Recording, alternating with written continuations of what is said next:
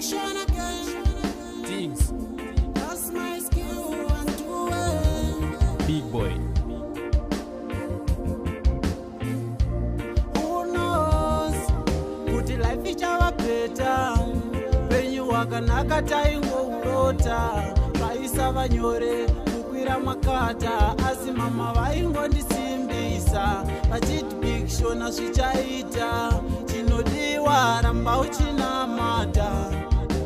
Svika zvaita. You have to be patient. One day it's gonna be okay. You have to be patient. One day it's gonna be okay. Life can never be the same if you work hard. Life can never be the same if you work hard. Yeah. Unotosekwa na zvichinzi washaya mukana.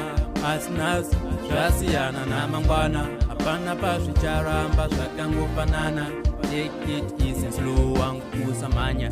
Once if you believe kuna Mwari weminana. Zvawatoshaya nhasi mangwana uchazviwana. Tabatanidza sunganidza semariwana. Nekuti paunodona hapana ndogama. You have to be patient. One day it's gonna be okay. You have to be patient. One day it's gonna be okay. Life can never be the same if you work hard. Life can never be the same if you work hard. Life wasn't easy, my father passed away. My mommy keep on saying, don't worry, stop crying.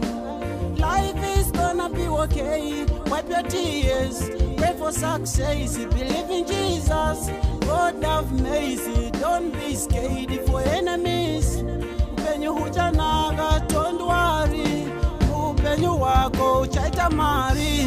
You have to be patient. One day it's gonna be okay. You have to be patient. One day it's gonna be okay. Life can never be the same if you work hard. Life can never be the same if you work hard. Dzika misa pfungwa ndafunga zvakadzama. Pazvinenge zviri low wangu ndopa vanodhama. 2024 ndiri mufield kunge fama. No look this time but I'm getting Benzema. Don't ever never forget to pray. No matter how painful it is every day. In whatever hustle, just make a gain. Life will never be the same again.